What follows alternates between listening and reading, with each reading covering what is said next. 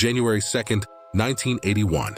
Pakistan International Airlines Flight 326 prepared for what was meant to be a routine journey.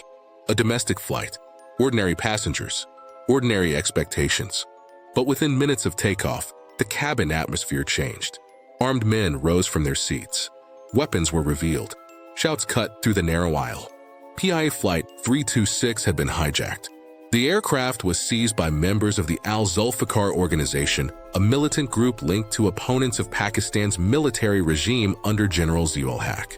Their demands were political, their timing was deliberate, and their stage was global. Inside the aircraft, fear spread silently.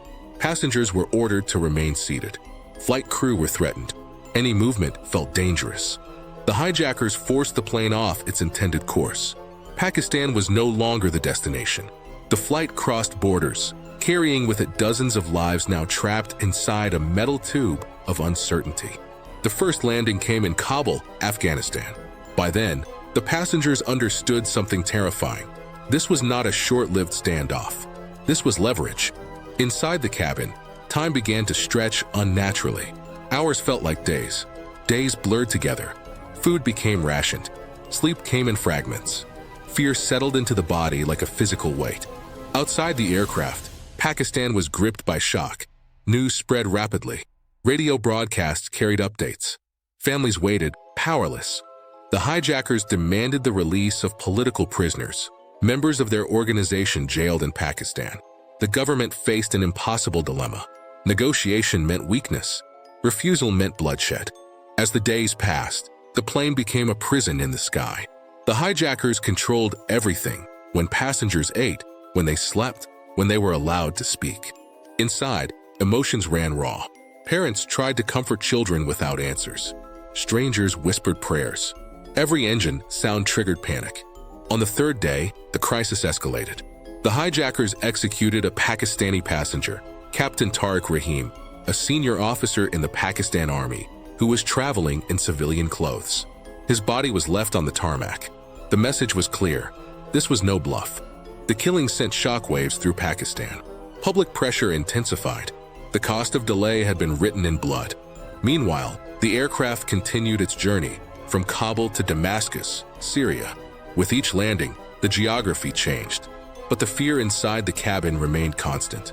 13 days. 13 days of confinement. 13 days of negotiations carried out through intermediaries. 13 days of passengers waking each morning unsure if they would survive the day. The hijackers remained unpredictable, at times calm, at times volatile. Any sudden noise could provoke violence. Any misunderstanding could be fatal. For the passengers, survival became psychological. They learned not to cry too loudly, not to stare, not to attract attention. Outside, Pakistan's government faced mounting pressure, domestically and internationally. Eventually, a decision was made. Pakistan agreed to release 55 political prisoners in exchange for the passengers' lives. It was a concession forced by time, fear, and the irreversible reality of the execution. On January 15, 1981, after nearly 2 weeks of captivity, the standoff ended. The passengers were released. They stepped out of the aircraft not as travelers, but as survivors. For many, the ordeal did not end on the tarmac. The psychological scars lingered. Sleep became difficult. Loud noises triggered memories. The sense of safety never fully returned. For Pakistan, the hijacking left a lasting mark. It exposed vulnerabilities in aviation security. It demonstrated how civilian lives could be weaponized for political goals. And it forced the state to confront the limits of power when faced with human hostages. PIA Flight 326 did not crash. It did not explode. But for 13 days, it suspended an entire nation in fear. A reminder that sometimes history does not arrive with armies, but with a locked cockpit door and a ticking clock at 30,000 feet.